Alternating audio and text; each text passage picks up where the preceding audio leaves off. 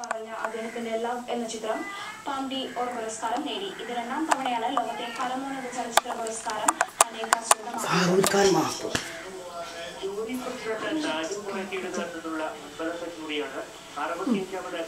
ചിത്രമേളയിലെ വിവിധ അവാർഡുകൾ പ്രഖ്യാപിച്ചത്.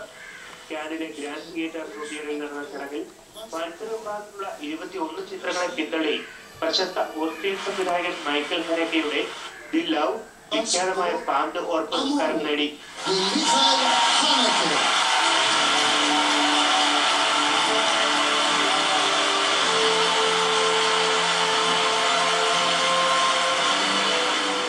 വയസ്സായ രണ്ട് ഭാര്യാഭർത്താക്കന്മാർ തമ്മിലുള്ള തീവ്ര പ്രണയത്തിന്റെ കഥ പറയുന്ന ചിത്രമാണ് ലവ്. ഇത് രണ്ടാം തവണയാണ് ഹനേക്കയ്ക്ക് പാംഡി ഓർ പുരസ്കാരം ലഭിക്കുന്നത്. 2009 ഹനേക്കെ സംവിധാനം ചെയ്ത വൈറ്റ് റിബണിന് പാംഡി ഓർ പുരസ്കാരം ലഭിച്ചിരുന്നു.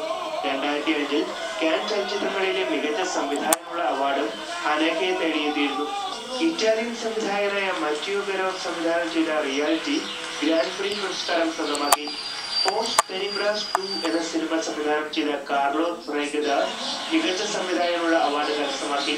മികച്ച നടനുള്ള അവാർഡ് ദി ഹണ്ട് എന്ന സിനിമയിലെ അഭിനയത്തിന് മാർസ് മിക്കൽസൺ നേടിയപ്പോൾ മികച്ച നടിക്കുള്ള അവാർഡ് 2 പേർ പങ്കിട്ടു. ബിയോണ്ട് ദ ഹിൽസിലെ അഭിനയത്തിന് ക്രിസ്റ്റീന ഫ്ലോട്ടോസ്, ഓസ്റ്റിന സ്റ്റാജൻ എന്നിവരാണ് മികച്ച നടിവരായി തെരഞ്ഞെടുക്കപ്പെട്ടത്. മികച്ച തിരക്കഥയ്ക്കുള്ള അവാർഡ് ക്രിസ്ത്യൻ മൂവിയുടെ ലഭിച്ചു.